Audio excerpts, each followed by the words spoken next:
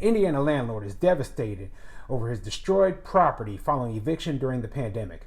Also, a landlord is suing the NYPD to fumigate his New York City apartment where a body decomposed for weeks. But first, the eviction moratorium is leaving small Atlanta landlords facing foreclosure. I'm Tony, and this is Real Estate Investing and Landlord News.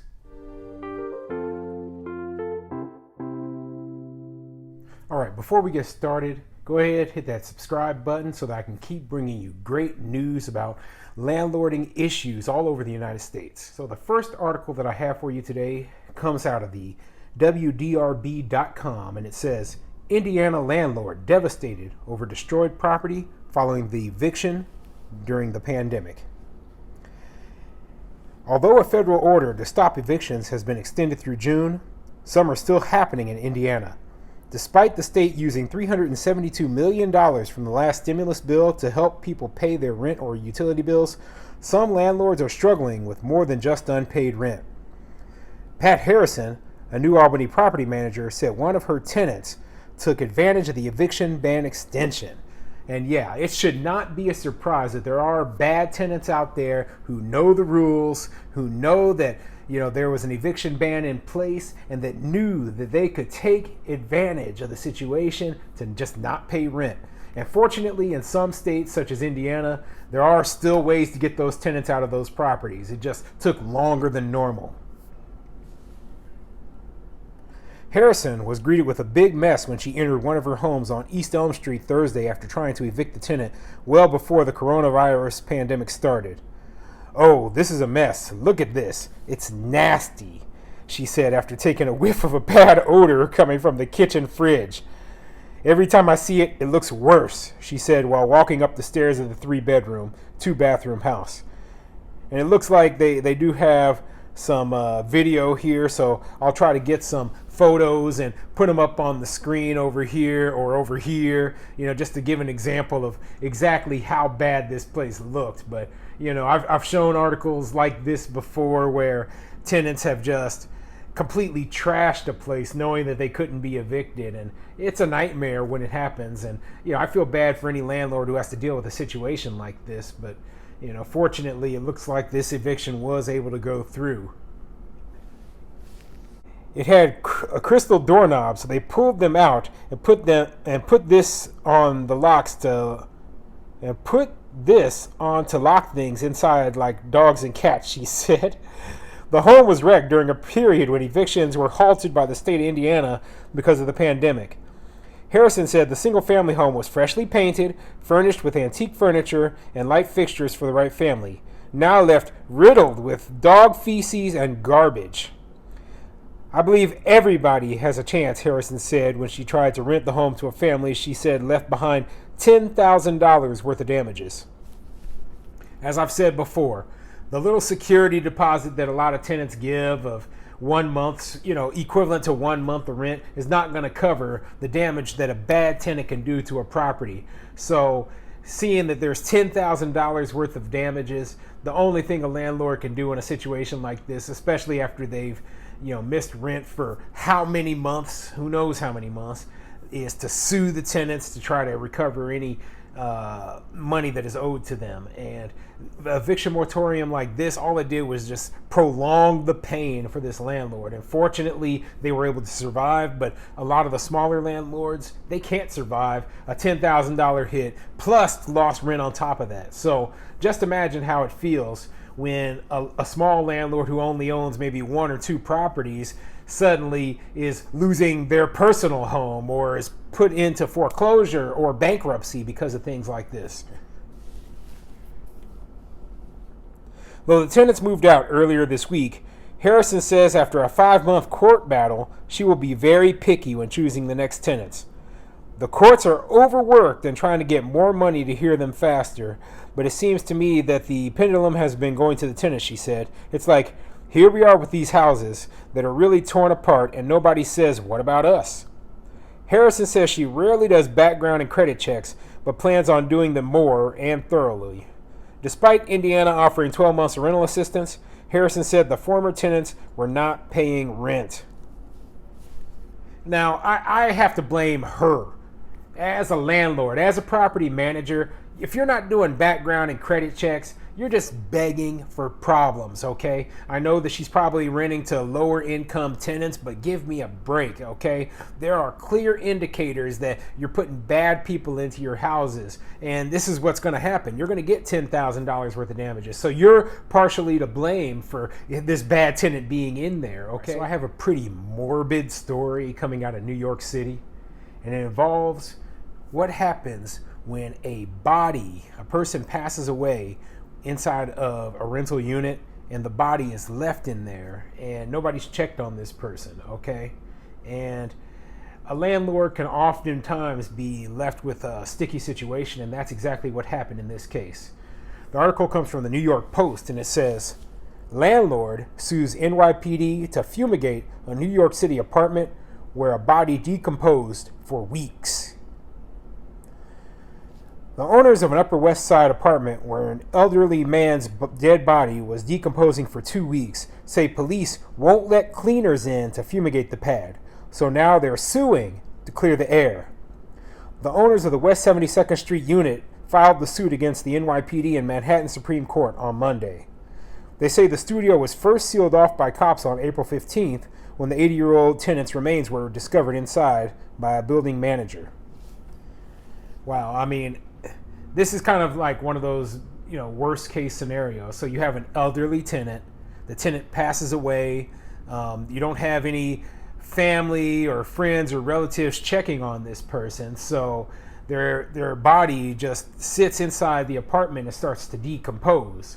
And finally, somebody figures out this guy has passed away, but the smell is awful. So for some reason, and they haven't said it yet, the NYPD wouldn't let them back in to go clean that apartment out. And so now the other tenants are going to have to deal with this nasty smell. And I could just imagine being like one of the neighbors and just this funk emanating from where that body was sitting, and that's, it just sounds awful. They say the studio was first sealed off by cops on, I think I already read that. The man was believed to have died around April 1st, but his corpse wasn't found until other residents complained of a strong, foul odor coming from his unit, the suit states. Cops removed the body, and the building manager placed the deodorizers inside and opened the windows to try to alleviate the foul smell emanating from bodily fluids, according to the manager's affidavit. The manager then called the cops the next day on April 16th, seeking access so he could clean and fumigate the unit after he received multiple complaints from neighbors residing in apartments located on the same floor, the court papers say. Oh, man. I can't even imagine how awful that smelled.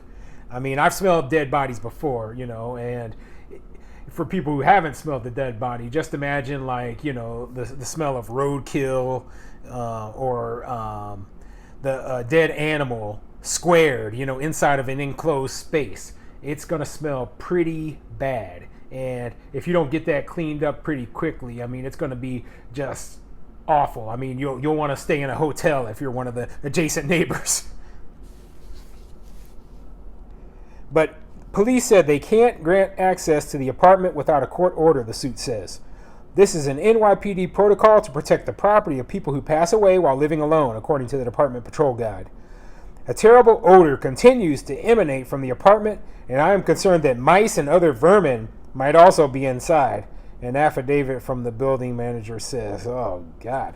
Now, I couldn't even imagine, rats and roaches and all the nastiness in the world, and then you got that funk on top of it, and, man, I feel for the situation. I feel for the person who passed away and their family, but they really got to at least be able to get in there and get that cleaned up as soon as possible. All right, so I have one more article for you today. But first, if you haven't already done so, hit the subscribe button, and I'm going to keep trying to bring you more articles about the eviction moratorium and any news that would be interest of landlords. So this article says, Eviction Moratorium leaving small metro Atlanta landlords facing foreclosure.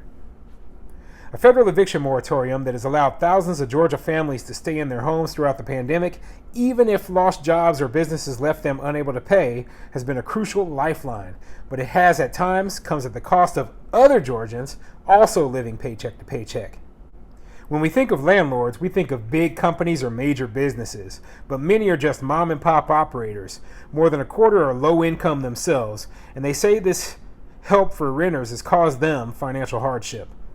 Now, there's an interesting statistic, and I didn't even know that myself. More than a quarter of landlords are actually low income themselves. It's not surprising, but the portrayal, the image that they always try to have of landlords is these rich people off somewhere, riding around in their yachts, and that's just not the case. Okay, you have a lot of landlords who own just one or two properties, and some of them actually live in the same building that they are renting out. So it might be like a duplex or a triplex, and they live in one of the units and they rent the other ones out. So a lot of these landlords are not rich. They're just getting by. They're lower income. They work full-time, other jobs. I work a full-time job outside of my landlording, and, it's not one of those things that I make enough money to survive on working full-time just yet. So, there has to be some kind of recognition by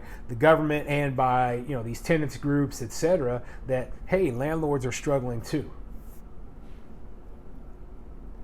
So they put this moratorium on evictions, but where does that leave you? Gray asked Paxton Beatty.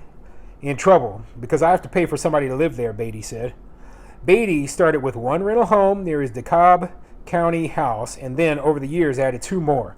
I painted every house. I laid carpet down every house, Beatty said.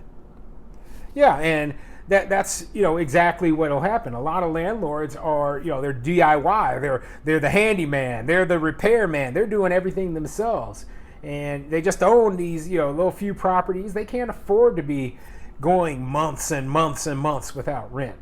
And this sounds like just the case for this landlord here.